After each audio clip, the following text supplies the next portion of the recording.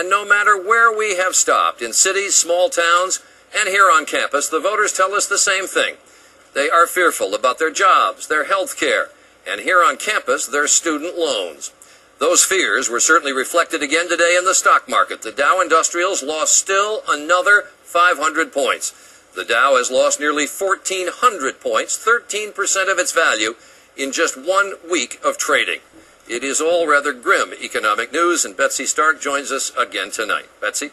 Good evening, Charlie. Well, there were hopes today that some measure of confidence would return to the stock market, that investors would see the lengths to which government officials are going to revive the financial system, and that might put an end to these relentless waves of selling. But a day that began well enough, once again, ended badly. Before the opening bell rang on Wall Street today, the Federal Reserve announced a major new offensive in its battle to break the logjam in the credit markets.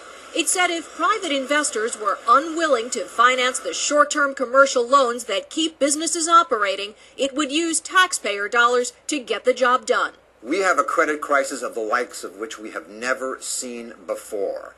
And this is something that really requires some extraordinary steps to be taken. It seems that every day the Fed is trying to come up with a new idea of how to deal with it. There is no playbook for this unprecedented crisis. Policymakers are making it up as they go along and paying for it with taxpayer dollars. On top of the $816 billion the government has already spent bailing out Bear Stearns, Fannie Mae, Freddie Mac, and AIG, and extending lines of credit to distressed banks and homeowners, there's the $700 billion for the new rescue plan and today's virtual blank check to get the corporate credit markets working again. These are momentous steps, but they are being taken to address a problem of historic dimensions. And in spite of these historic interventions by the government, investors are still not satisfied.